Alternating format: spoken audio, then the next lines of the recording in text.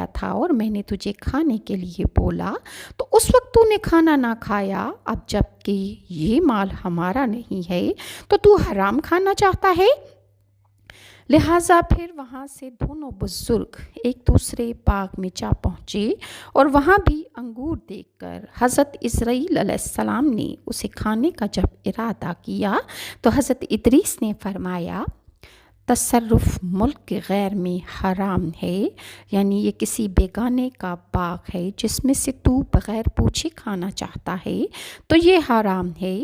پھر جاتے جاتے ایک بکری دیکھ کر اسرائیل علیہ السلام نے چاہا کہ وہ اس بکری کو کھا جائیں، تو حضرت ادریس نے کہا کہ بیگانی بکری کو ذبح کر کے کھانا حرام ہے، لہٰذا یہ تم نہیں کھا سکتے۔ اسی طرح 3 دن تک دونوں آپس میں باتیں کرتے رہے، جبکہ حضرت ادریس نے معلوم کیا یہ کون شخص ہے، اور بنی آدم سے تو مجھے یہ معلوم نہیں ہوتا۔ تب حضرت ادریس نے اس سے پوچھا کہ خدا کے واسطے تم مجھے یہ بتا دو کہ تم ہو کون؟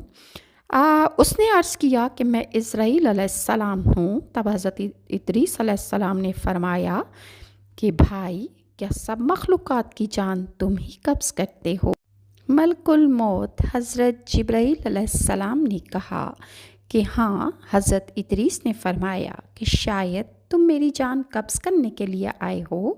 انہوں نے کہا کہ نہیں، میں تو تمہارے ساتھ خوش طبعی کرنے آیا ہوں، تمہارے سے دوستی کرنا چاہتا ہوں۔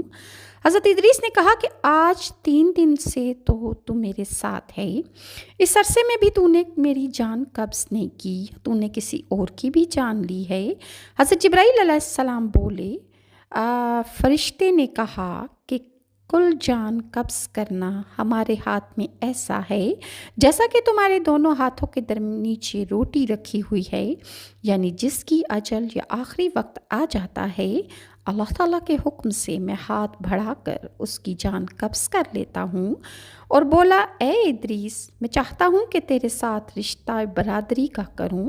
حضرت ادریس نے فرمایا کہ میں تیرے ساتھ رشتہ برادری کا تب کروں گا کہ تلخی جان کی ایک بارگی تو مجھ کو چکھا دے، یعنی میں موت کا مزہ چکھنا چاہتا ہوں تاکہ خوف اور عبرت مجھے زیادہ ہو جائے اور پھر میں اپنے رب کی عبادت زیادہ محبت سے کروں۔